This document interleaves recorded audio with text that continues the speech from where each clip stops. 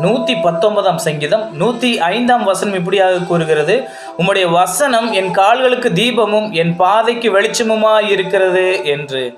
ஆம், கிறிஸ்துவுக்குள் பிரியமானவர்களே, கர்த்தருடைய வேதம் மிகவும் அழகாக கூறுகிறது, அவருடைய வசனம் நம்முடைய கால்களுக்கு தீபமும் நம்முடைய பாதைக்கு வெளிச்சமுமாய் இருக்கிறது என்று. ஆம், எனக்கு அன்பானவர்களே, நம்முடைய கால் இடராதபடி சறுக்காமல் சீராய் நடக்க கர்த்தருடைய வசனம் நமக்கு தீபமாய் இருக்கிறது.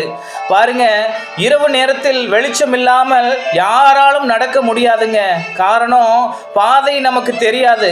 ஆனால் பாருங்க, நமது பாதைக்கு வெளிச்சமாக கர்த்தருடைய வசனம் இருக்கிறது.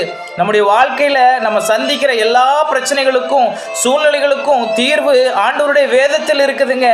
இருளில் இருக்கிற ஜனங்கள் பெரிய வெளிச்சத்தை காணும்படியாக கிறிஸ்து இயேசு உலகத்தில் வந்தாருங்க.